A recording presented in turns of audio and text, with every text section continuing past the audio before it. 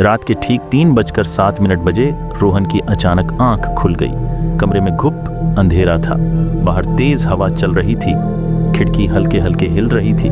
तभी थक थक थक सीढ़ियों से किसी के धीरे धीरे चढ़ने की आवाज आई। रोहन का कमरा घर की ऊपरी मंजिल पर था और घर में वह बिल्कुल अकेला था। उसने घड़ी देखी।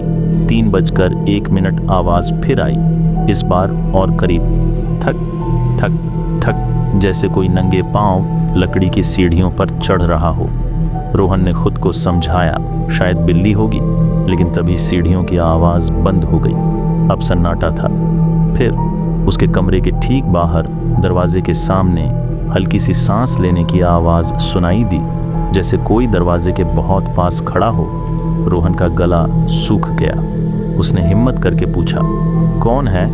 कोई जवाब नहीं। अचानक दरवाजे के नीचे की दरार से एक परछाई दिखाई दी। वो परछाई धीरे धीरे झुकी और दरवाजे के नीचे से किसी की उंगलियां अंदर घुसने लगीं।